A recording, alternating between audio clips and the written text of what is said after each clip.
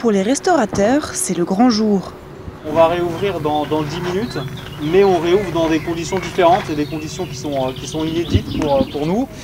Du coup, on vous demande clairement la plus grande vigilance.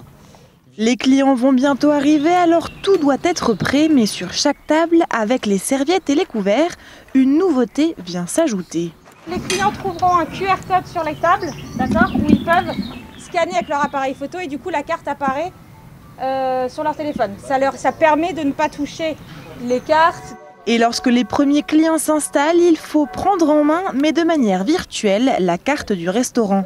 Ce midi, les habitués soulagés sont au rendez-vous. On vient souvent ici déjeuner, soit en famille, soit en entreprise, tout à fait, puis on connaît bien l'adresse et surtout les gérants.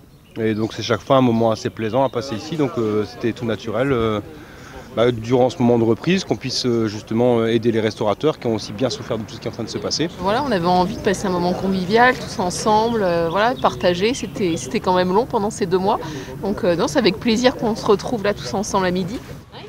Soulagement également côté restaurateur. Les fourneaux reprennent vie, les commandes s'enchaînent. Ça marche, 2 entrées à suivre, 2 plats du jour.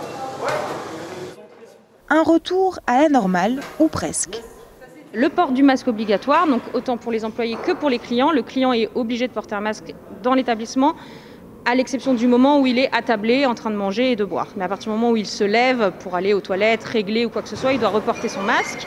La distanciation donc de 1 mètre entre chaque table et pas plus de 10 personnes par table. À l'extérieur, il y a un vrai réaménagement, c'est-à-dire que là, on a enlevé à peu près 10 tables sur notre terrasse principale et on a créé du coup une autre terrasse qui normalement c'est un petit Biergarten et là c'est la continuité de nos terrasses. Donc c'est comme ça qu'on a pu garder, si vous voulez, un nombre de couverts à peu près correspondant à ce qu'on avait avant.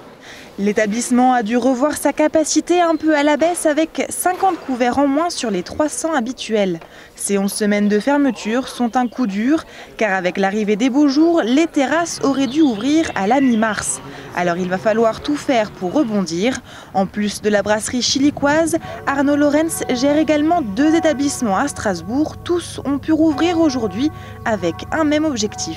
Rattraper ces semaines de perdu, évidemment, ça sera impossible. L'inquiétude est réelle parce que on a constaté qu'on avait effectivement beaucoup de réservations pour ce jour et pour les quelques prochains.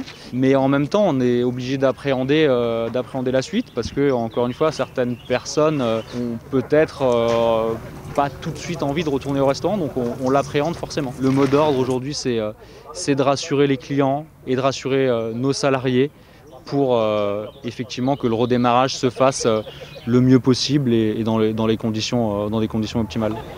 Pour l'instant, les réservations se suivent à Schiltigheim. Si ce midi le restaurant n'était pas plein, il le sera ce soir pour les derniers services de cette première journée d'ouverture.